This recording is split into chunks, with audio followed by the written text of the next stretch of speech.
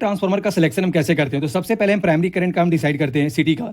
तो जो primary current जो हम लेते हैं सिटी का, वो हम नॉर्मल लोड करंट से हम थोड़ा सा हम ज्यादा लेते हैं। जैसे मान लो कि अगर हमारा लोड करंट अगर 130 एम्पियर है, तो जो हम सिटी का जो हम प्राइमरी करंट जो हम सिलेक्ट करेंगे वो हम 150 एम्पियर का करेंगे। चूज द सेकेंडरी करंट, जो हम सिटी का जो हम सेकेंडरी करंट का जो हम सिलेक्शन करते हैं, मोस्टली हम 5 एम्पियर वाला हम सिटी हम यूज करते हैं। अगर हमें लॉन्ग डिस्टेंस के लिए अगर हमें सिटी का सिलेक्शन करना होता है तो हम 1 एम्पियर वाला सेकेंडरी करंट का हम सिलेक्शन करते हैं।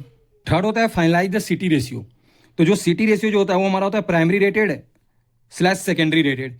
तो हमारा लोड करंट कितना था 130 एम्पियर, तो जो हम सिटी का जो सिलेक्शन करेंगे रेशियो लेंगे वो हम 150 स्लैश 5 एम्पियर का मिलेंगे, यानी सेकेंडरी करंट 5 एम्पियर और प्राइमरी करंट हो 150 एम्पियर का हो।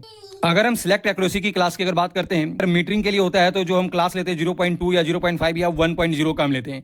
अगर हमें प्रोडक्शन के लिए अगर हमें सिटी का अगर सिलेक्शन करना होता है तो एक्यूरेसी क्लास जो हम लेते हैं वो हम 5P10 का लेते हैं या 10P10 या 5P20 का लेते हैं। तो होता है कि सिटी का हम कोर टाइप का सिलेक्शन कैसे करते हैं। सबसे पहला होता है लो करंट के लिए। अगर हमें लो करंट के लिए अगर हमें सिटी का अगर कोर का टाइप अगर लेना होता है तो हम उन टाइप लेते हैं। अगर हाई करंट के लिए होता है तो हमें बस टाइप लेते हैं।